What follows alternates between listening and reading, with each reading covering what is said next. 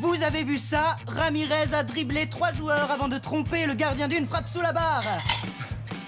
J'ai raté quelque chose? Oh oui, monsieur Dring. Ramirez a marqué après 5340 secondes. Oui, excuse-moi Digit, mais je ne comprends rien à tes commentaires. 5340 secondes. On s'y perd. Pourquoi compter en secondes? Mais parce que c'est vrai. Il a marqué après la 5340e seconde. Je n'en doute pas, Digit. Mais pour se repérer facilement dans le temps, on choisit une unité qui correspond à la situation. Pour un match de foot qui dure plus d'1 heure, on emploiera plutôt les minutes pour les commentaires. Tu comprends? Oui, d'accord. Alors, combien de minutes dans 5340 secondes?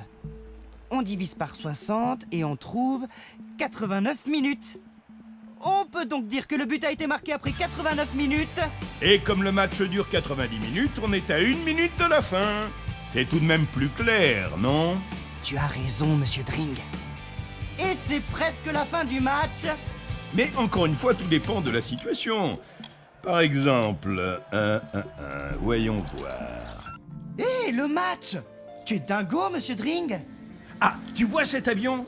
Bon, eh bien, pour estimer sa durée de vol, on parlera plutôt en heures. Tu imagines si le commandant de bord disait « Notre vol durera 10 800 secondes. » Oh, oh, oh, oh, oh. Oui, d'accord, personne ne comprendrait qu'il voudrait dire « Le vol durera 3 heures car 1 heure c'est 3600 secondes. Donc 3 heures c'est 3 fois 3600 secondes, soit 10 800 secondes. » Mais revenons au match, monsieur Dring. Voilà, une seconde. Le match reprend et... Alors là, désolé, monsieur Dring, mais je ne sais pas comment on va faire pour commenter. Bah, comment ça? Il reste moins d'1 minute, mais comme je ne dois pas parler en secondes... Ah mais si! Dans ce cas, comme il reste peu de temps, tu peux parler en secondes. Moins d'1 minute, c'est moins de 60 secondes. Alors, il reste combien de temps?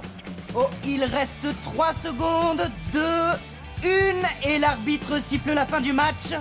On revoit le but au ralenti. Ah, ça aussi c'est intéressant. Dis-moi, Digit, tu choisirais quelle unité pour estimer le temps de trajet d'un escargot sur 1 kilomètre? La seconde? La minute? L'heure?